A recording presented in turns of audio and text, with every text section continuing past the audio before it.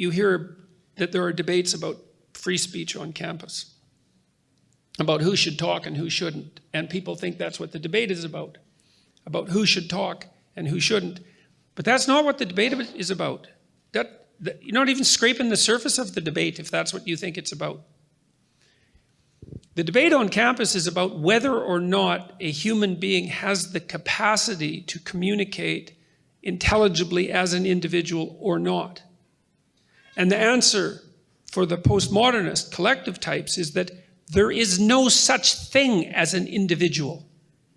And therefore, the very notion of free speech is absurd, because free speech is predicated on the idea that each of us has something to say that's ours, that's a consequence of our unique individuality, not our group identity or the multiplicity of our group identities, but something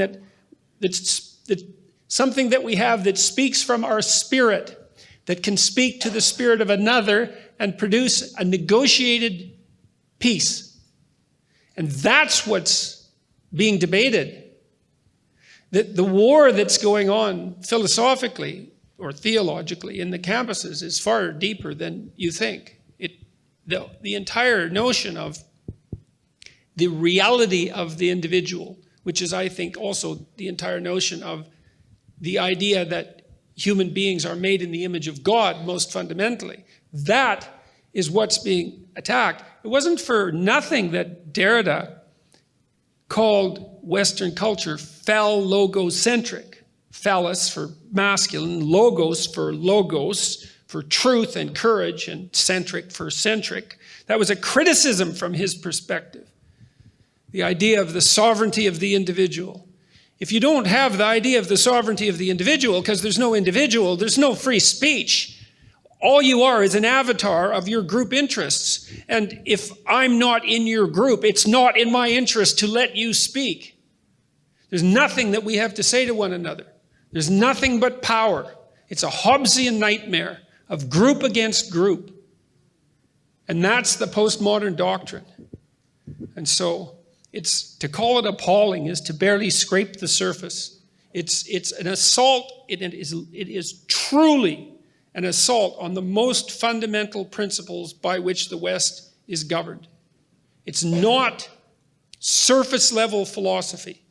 It goes all the way to the bottom. I mean, this is partly why I've been concentrating on religious themes in my lectures, let's say, because the argument goes all the way down to first principles. Is the idea of the sovereignty of the individual correct?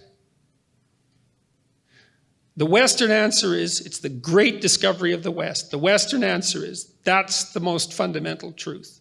That is exactly what's under assault at the universities.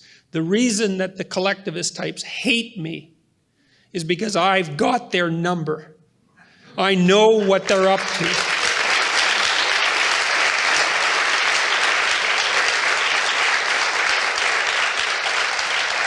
And I think further that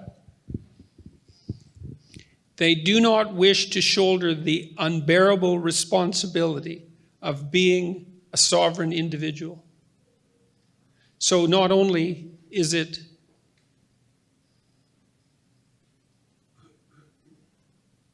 and that accounts for the cowardice, and that accounts for the attempt to weaken the spirit of the people that they're teaching by overprotecting them. They're not willing to take on the responsibility.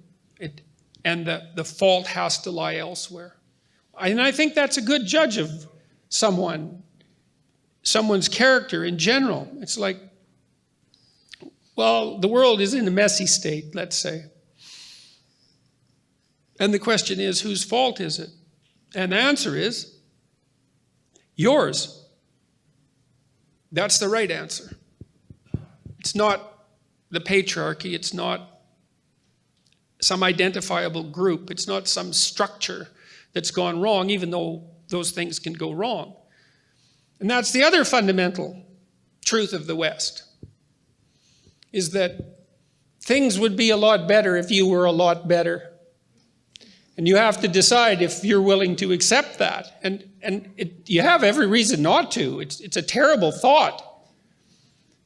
You know, it was Solzhenitsyn, I think, and this is a paraphrase, but it's close enough. He said that one person who stopped lying could bring down a tyranny. And that when I first read that, I thought that can't possibly be true. And as I understood it, I thought that can't possibly not be true, because the only thing that can break the spine of a tyranny is the truth. And the only way that the truth can be told is that some individual tells it. And so it's necessarily the case that tyranny is broken by the truth of the individual. But then the question is, well, is it going to be you that's going to do that?